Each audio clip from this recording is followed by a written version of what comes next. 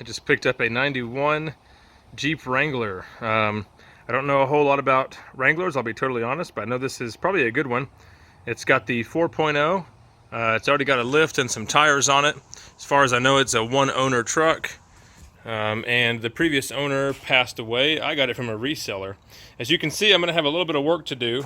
They pulled the transmission and transfer case apart. You can see the bell housing has a chunk of it missing. Looks like they busted it up and maybe tried to fix it at some point. And then the transfer case, for whatever reason, is also completely apart.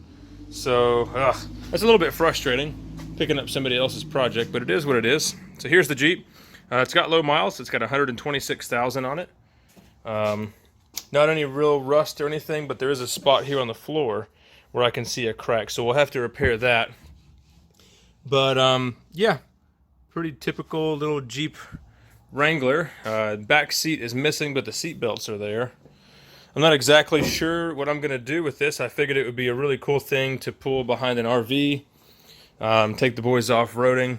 It's a much cheaper option than a side-by-side. Those things are ridiculous right now. And I picked this Jeep up for $3,500.